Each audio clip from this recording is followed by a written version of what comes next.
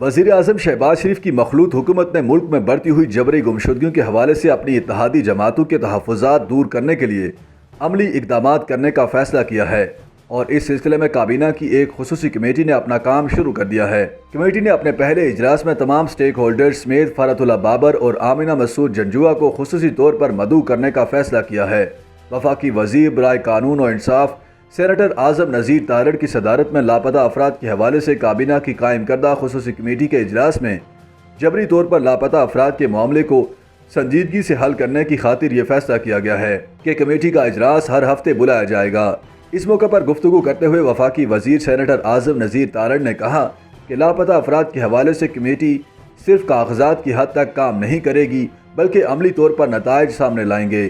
Committee کے آئندہ اجلاسوں میں تمام مکاتب فکر کو سنا جائے گا اور صوبائی سطح سے بھی تجاویز لی جائیں گی۔ لاپتہ افراد کا معاملہ میرے دل کے بہت قریب ہے۔ کمیٹی نے فیصلہ کیا کہ آئندہ اجلاس میں فرحت اللہ بابر کو خصوصی طور پر مدعو کیا جائے گا، جبکہ ڈیفنس آف ہیومن رائٹس کی چیئرپرسن آمنہ مسعود جنجوعہ کو بھی اجلاس میں شرکت کی دعوت دی جائے گی۔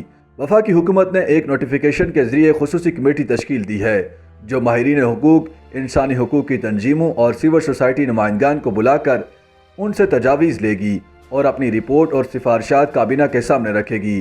ان سفارشات پر بحث کے بعد جبری گمشدگیوں کے حوالے سے قومی پالیسی طے کی جائے گی اور اہم فیصلے کیے جائیں گے۔ اس معاملے پر گفتگو کرتے ہوئے ڈیفنس آف ہیومن رائٹس کی چیئرپرسن آمنہ مسعود جنجوعہ نے کہا کہ کمیٹی کی جانب سے اپنے کام کا آغاز کرنا خوش آئند ہے۔ میں نے کمیٹی کے تمام ارکان کو الگ الگ خط لکھے تھے کہ مجھے لاپتہ اور جبری گمشدگی کے معاملے پر صورتحال کمیٹی کے سامنے رکھنے دیں۔ ہم چاہتے ہیں کہ کمیٹی اور حکومت اس معاملے کی نزاکت اور سنجیدگی کو سمجھیں کہ کتنا ضروری ہے کہ ہم اس مسئلے کا جلد از جلد حل تلاش کریں۔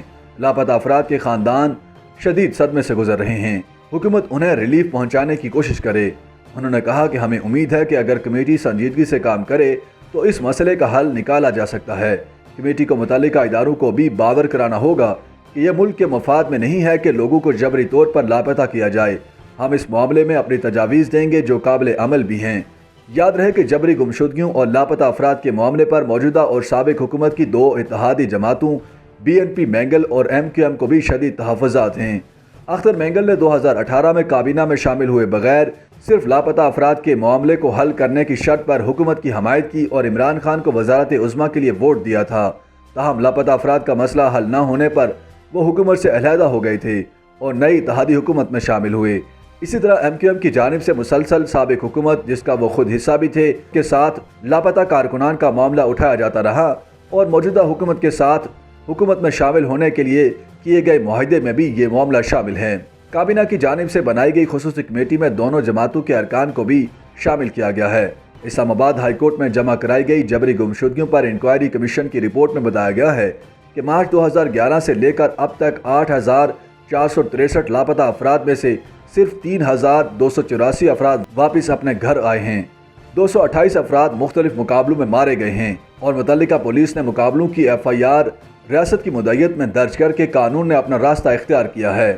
رپورٹ میں بتایا گیا ہے کہ 946 افراد کو action in aid of civil powers regulations 2011 کے تحت حراستی مراکز میں قید ہونے کی اطلاع موصول ہوئی تھی اور متعلقہ اداروں کی جانب سے اہل خانہ کے ساتھ قیدیوں کی ملاقاتوں کا اہتمام بھی کیا جاتا ہے۔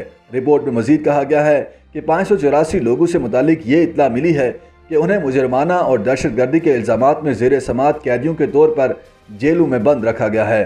جبری گمشدگیوں پر انکوائری کمیشن نے اپنی رپورٹ میں یہ بھی بتایا کہ مکمل تفتیش کے بعد یہ معلوم ہوا ہے کہ 1178 کیسز جبری گمشدگی کے طور پر ثابت نہیں ہوئے کیونکہ ان کیسز میں لاپتہ افراد یا تو خود گئے ہیں یا کیسز اغوا برائے تاوان یا ذاتی دشمنی سے متعلق ہیں۔